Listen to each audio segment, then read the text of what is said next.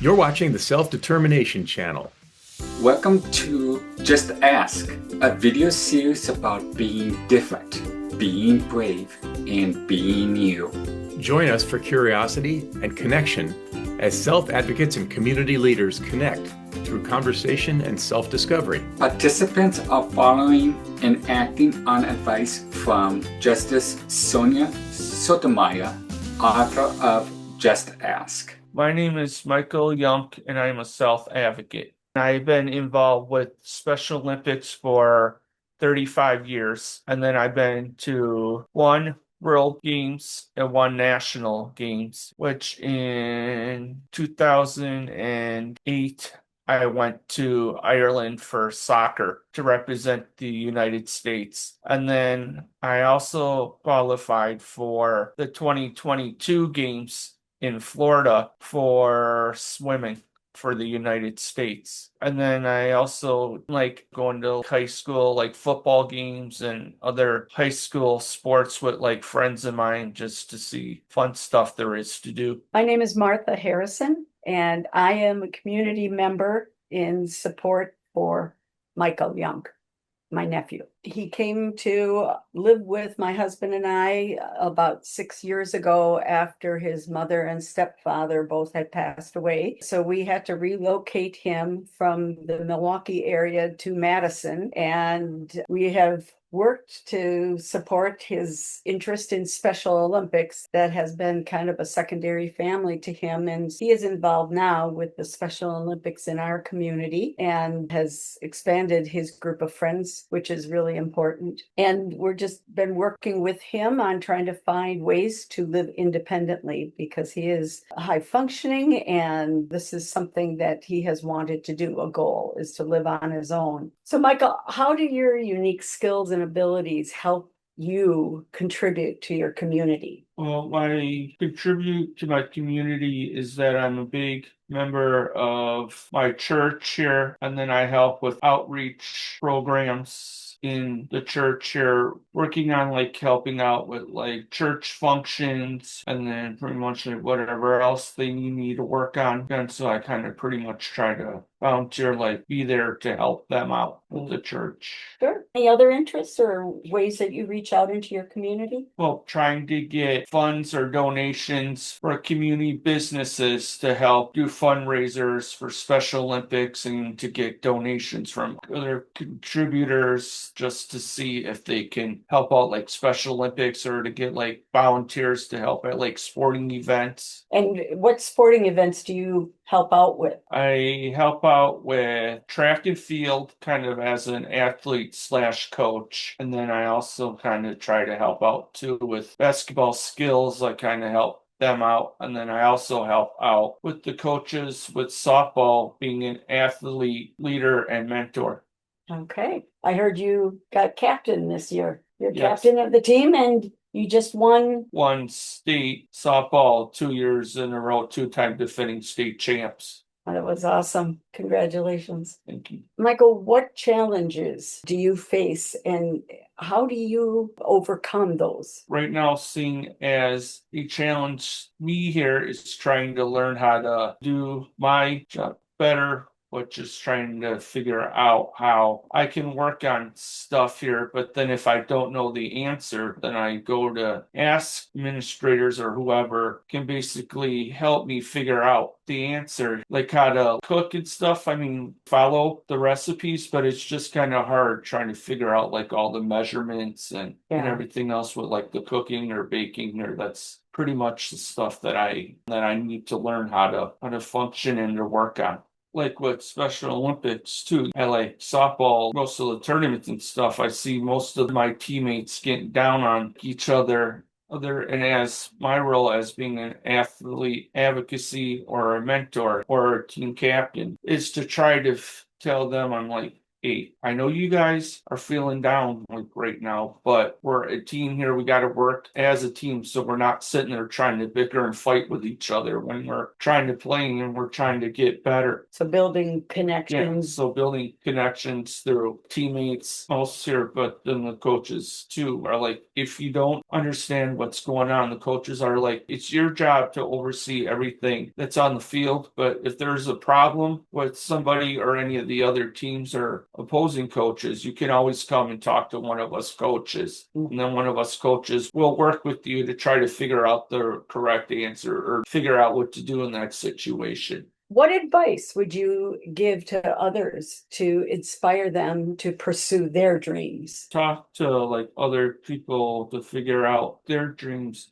to trying to become a better person, like toward themselves here, and then trying to figure out their own questions. And then if they don't have somebody that they can talk to here, they can find like a coach or a parent or somebody that would actually be able to answer those questions. And then maybe they'll try to like figure it out here on their own, or what other things that they can try to figure out to pursue their dreams. So who are your mentors and go-to people that you've looked to either in the past or now to help you come up with those answers? In the past, pretty much been like my mom or my grandpa. But if I ever had a question about any sports or school stuff, I would go to like one of them and then ask them. If they couldn't figure out the question, then I would go to one of the coaches and ask them. Okay. Ask them to see what they can figure out. So how important is it to have a trusted go-to person? Well, I think that would make it like a lot easier. And I also think too that other people can pretty much learn from that too. If that they have questions, they can ask questions, and then maybe somebody will be able to answer their question, and then they'll probably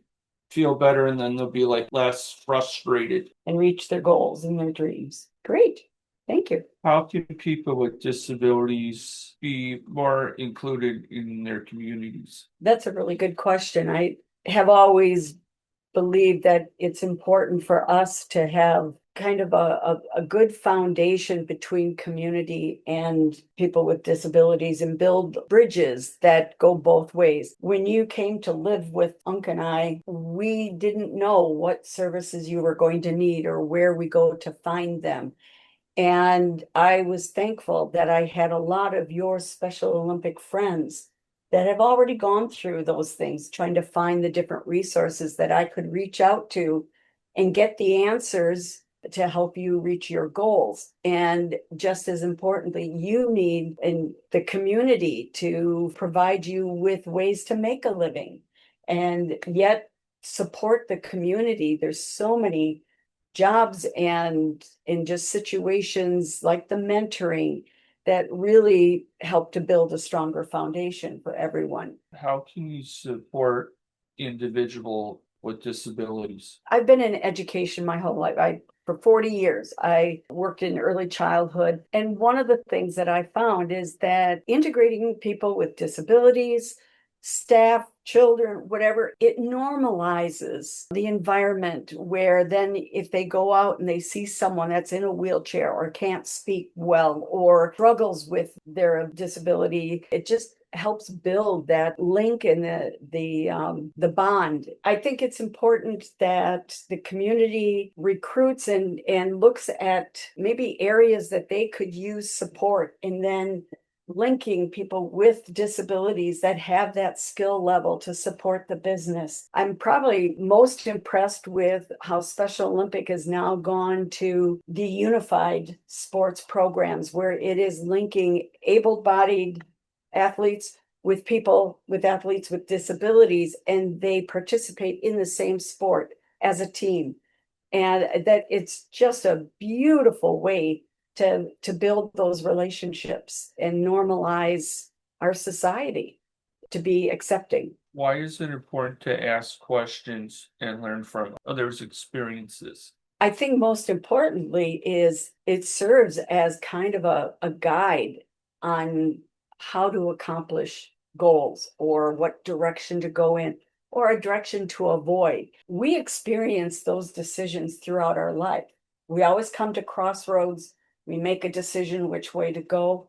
But when you ask questions of others and you get their feedback, it helps you make a better decision for you as an individual. And if it happens to not work out, you can then go a different direction based on other information. And then you have experience to be able to share with someone else.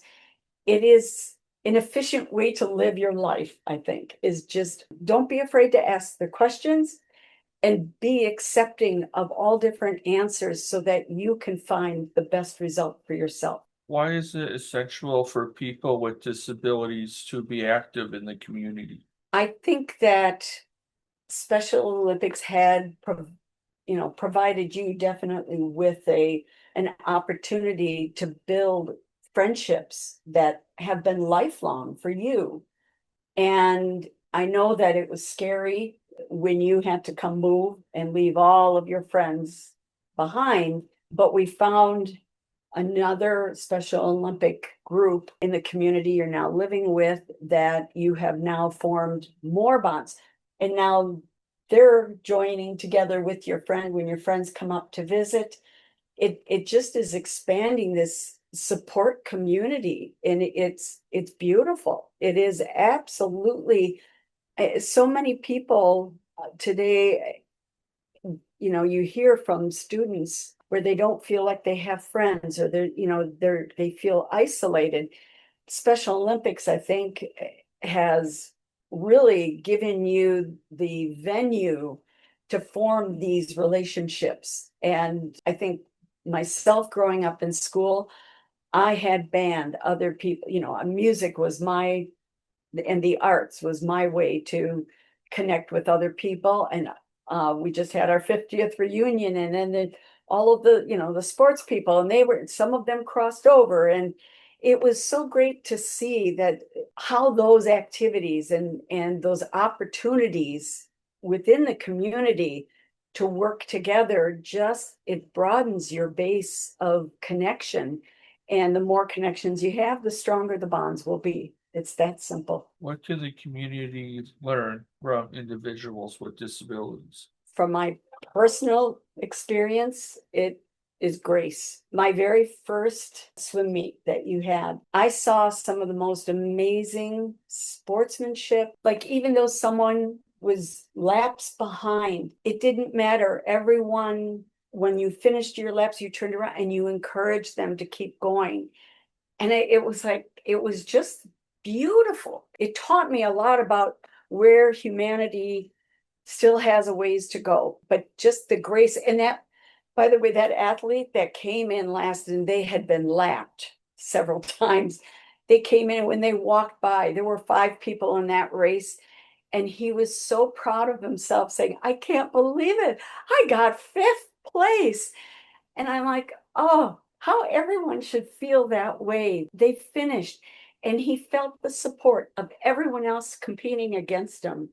It was just the most beautiful thing I've ever seen. And we have a lot to learn from people with disabilities about humanity and how to treat each other with love and support. Mike, thank you for being so honest and sharing your thoughts. It really helps me be a better advocate for you when you are honest and share those thoughts with me. I really appreciate this opportunity. And I want to thank you for helping me out to try to figure this stuff out here, and for reading me over the questions in that way, so I could figure out what's going on with my own answers here.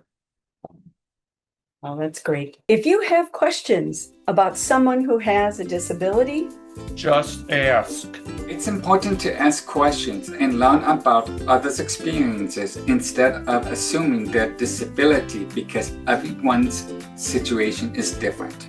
Guessing can lead to misunderstandings, can lead to stereotypes, or even unintentional harm. By asking and listening, we show respect, we build understanding, we create a more inclusive environment where people feel valued for who they are. What did you think about today's conversation? Please share your comments below. Thanks for watching, and be sure to give us a thumbs up if you liked this video. Please subscribe. We need your support to keep the channel going.